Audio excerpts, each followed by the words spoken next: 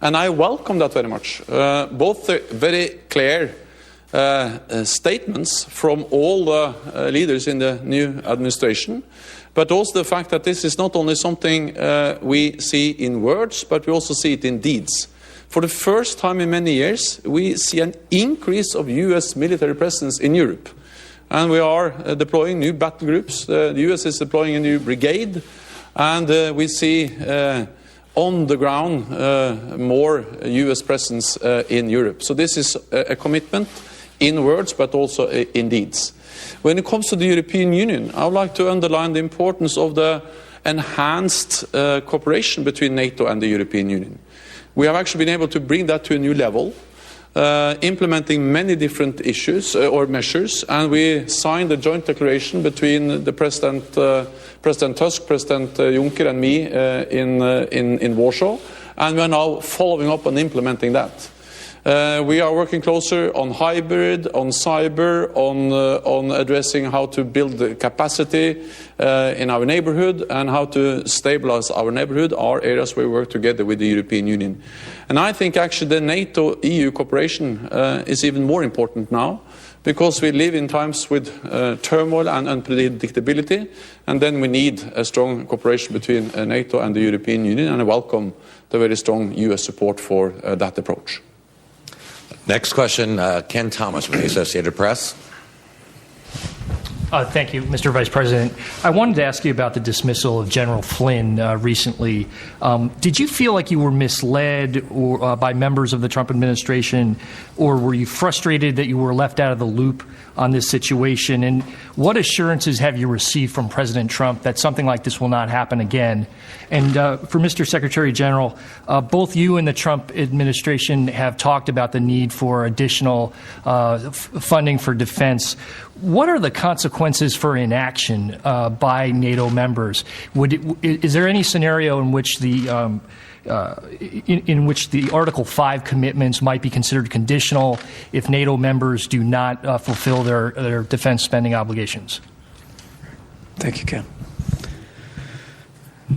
Let me say I'm very grateful for the close working relationship I have with the President of the United States, and I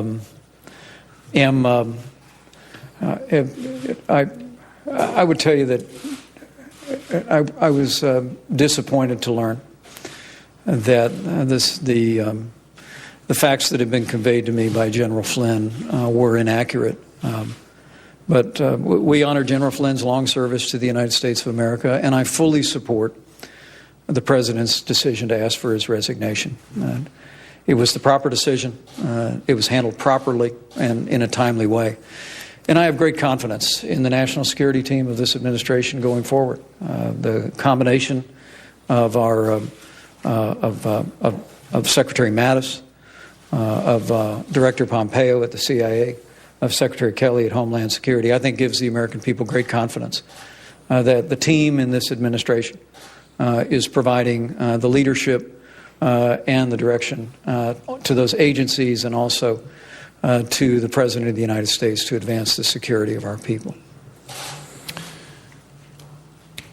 Our collective defense clause, our collective defense commitment is unconditional.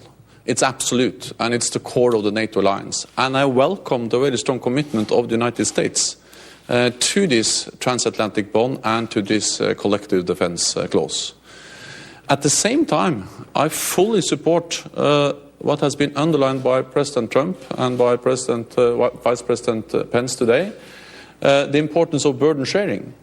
And I think we have to remember that this is not only something that the US is asking for. It's actually something that 28 allies agreed. The leaders from 28 NATO allied countries sat around the same table in 2014 and agreed to stop the cuts, to gradually increase defense spending, and then to meet the 2% target within a decade. And the good news is that we are moving in the right direction. After many years of decline, after many years of defense cuts across Europe and Canada, we saw that in 2015 we stopped the cuts, the first year after we made the pledge.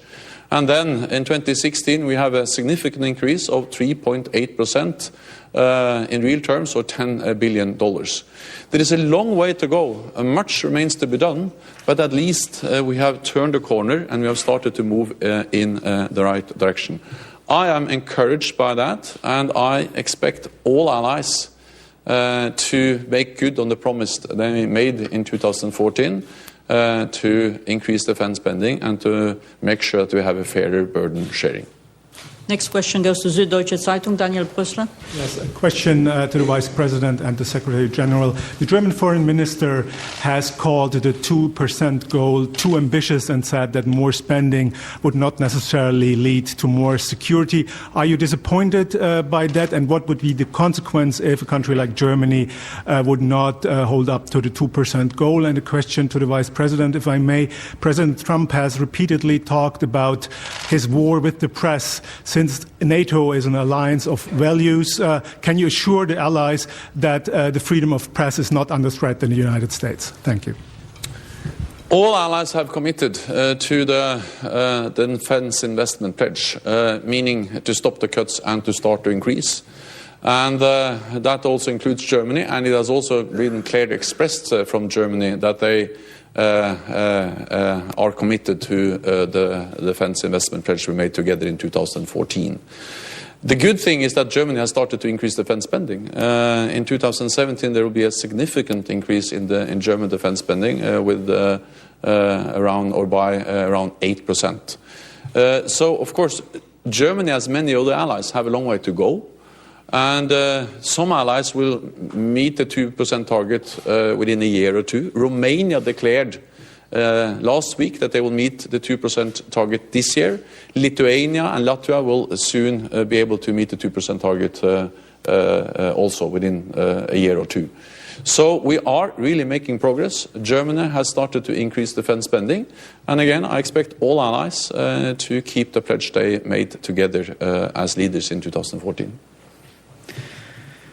Let me say again, the President and I and our administration are very grateful for the Secretary General's focus on burden sharing, and for our NATO allies, whether it be Germany or other countries, to meet the commitment that treaty allies made to one another.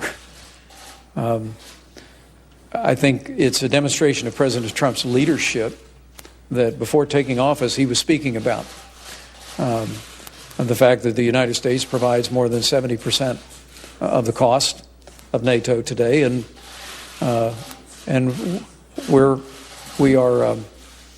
we are committed to continue to do our part, but that the time has come for our NATO allies to step forward, and the Secretary General's strong message on this is in all of our collective interest. I will tell you that I had very productive discussions with Chancellor Merkel. We spoke about just this issue, and we look forward to a continued dialogue. Our hope is that we will have a date very soon where Chancellor Merkel will come to the White House. I expect the President will talk with her about it as well. But this is simply about all of us doing what we all said we would do to provide for our common defense. And in the ever-changing threat environment in which we live, that's more important now than ever.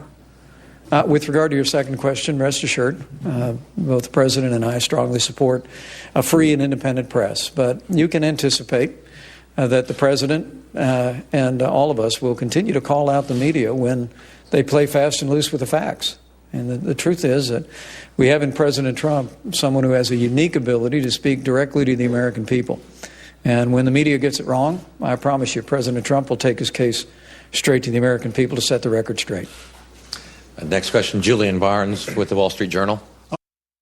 All right, ladies and gentlemen, we're going to stop that for right now on this President's Day. So that was Mike Pence in Belgium, and we had Belgian Prime Minister Charles Michel, who welcomed U.S. Vice President Mike Pence in Brussels on the 19th, which was yesterday on the time of this broadcast. And Mike Pence, I got to tell you, the guy answers things impeccably. He is sharp. He has great answers. His brain is sharp as a tack. And, you know, NATO has to pay up.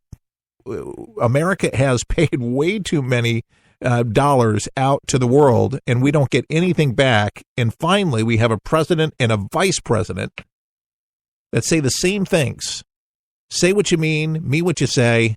How refreshing. Finally, we have somebody standing up for us around the world, and finally our allies and those that look to America to realize that we're not a doormat anymore. We cannot be.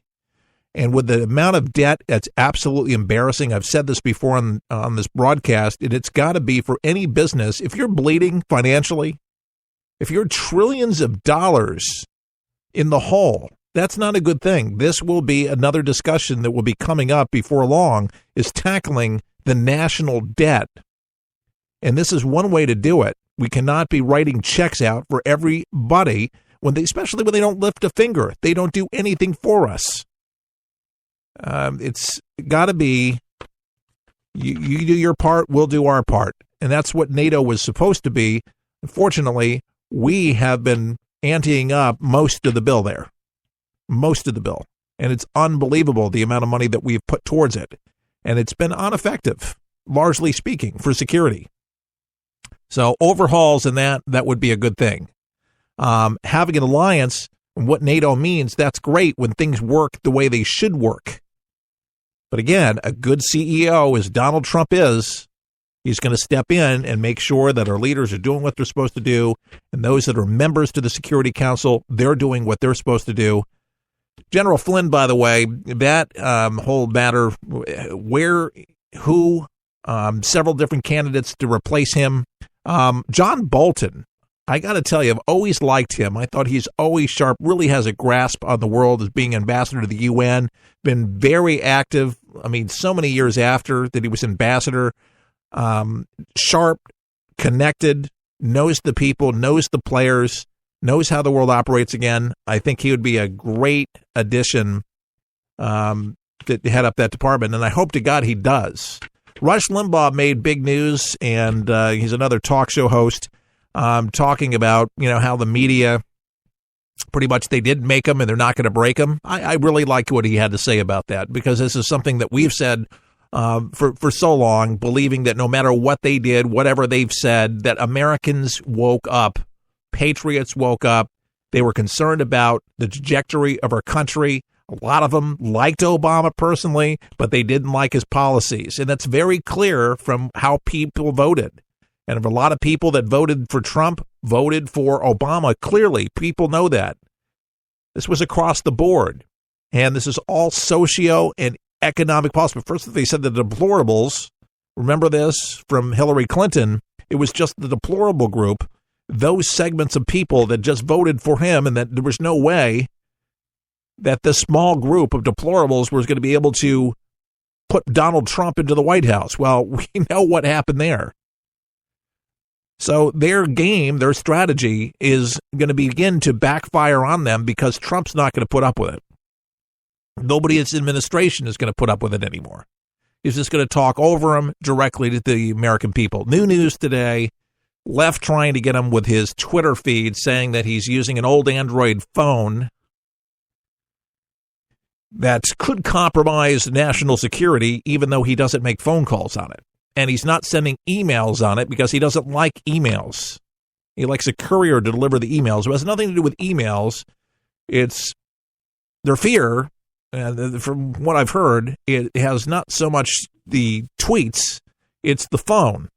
And the phone, they're thinking hackers could get in and turn the microphone on, turn the camera on, and be privy to national security, classified information, things that happen inside the White House, and a location device, which we don't know if it's on or off, but actually would show the location of where the president is at any given time. So that may not be a good thing.